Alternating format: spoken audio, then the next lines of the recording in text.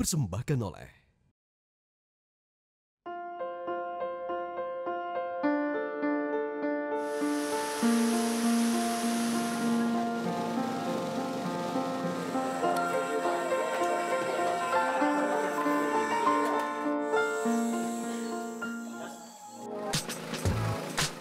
menurut saya kedua peserta dari Kaltara ini, si Rohil yang punya basic jurnalis dan juga Gino yang juga punya basic ilmu komunikasi dan dunia media, tentunya ini juga cukup memudahkan ketika mentori mereka bagaimana memahami realitas film ataupun hal-hal yang terkait dengan eksekusi sinematografi.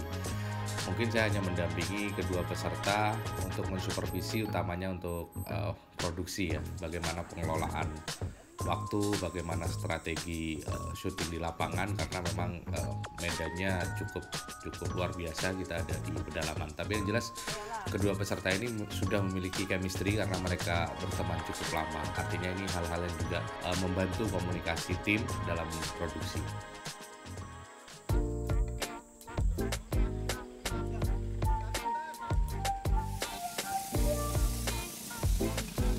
Kendala berburu.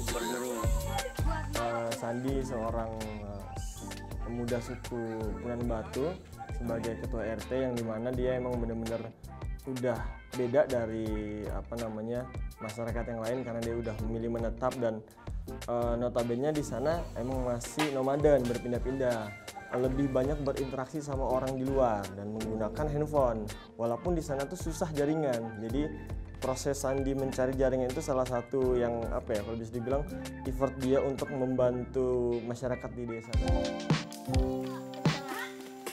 Iya.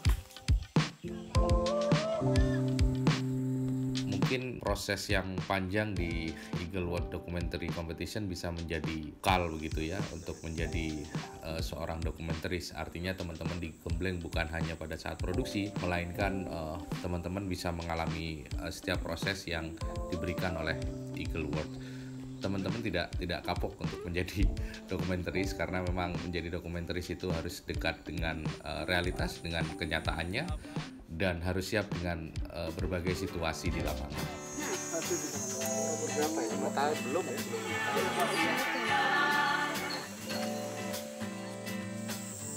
The Flintstone.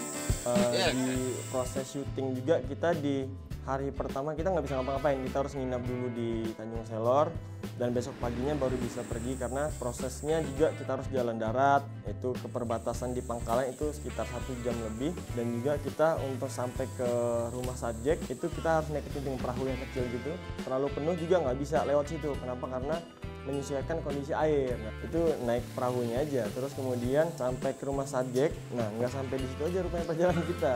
Itu dari rumah subjek, yang itu goa, tempat tinggal suku Punan Batu tadi, itu naik perahu lagi sekitar 1,5 jam ke pesisir sungai, ada pemukiman suku Punan Batu di situ, dan itu di sana hidup bersama hewan-hewan yang kita nggak lihat sama sekali kadang, dan ada yang kita lihat kayak kita tidur terus dinaikkan anjing gitu-gitu, dan lintah, kalau tahu lintah atau pacet itu di mana-mana udah di kaki, dan banyaklah berdarah hitungannya, dan kayak misalnya Bang Abel sampai kena bilang orang kutu hutan itu sampai sekarang tuh masih bengkak-bengkak dan bentul-bentol.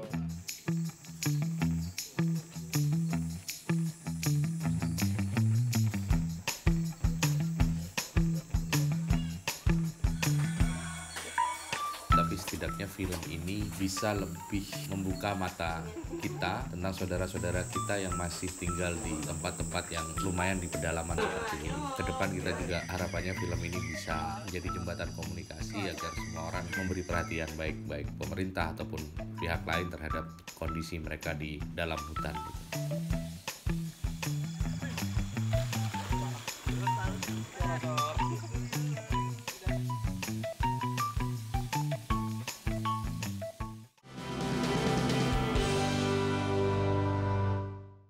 dipersembahkan oleh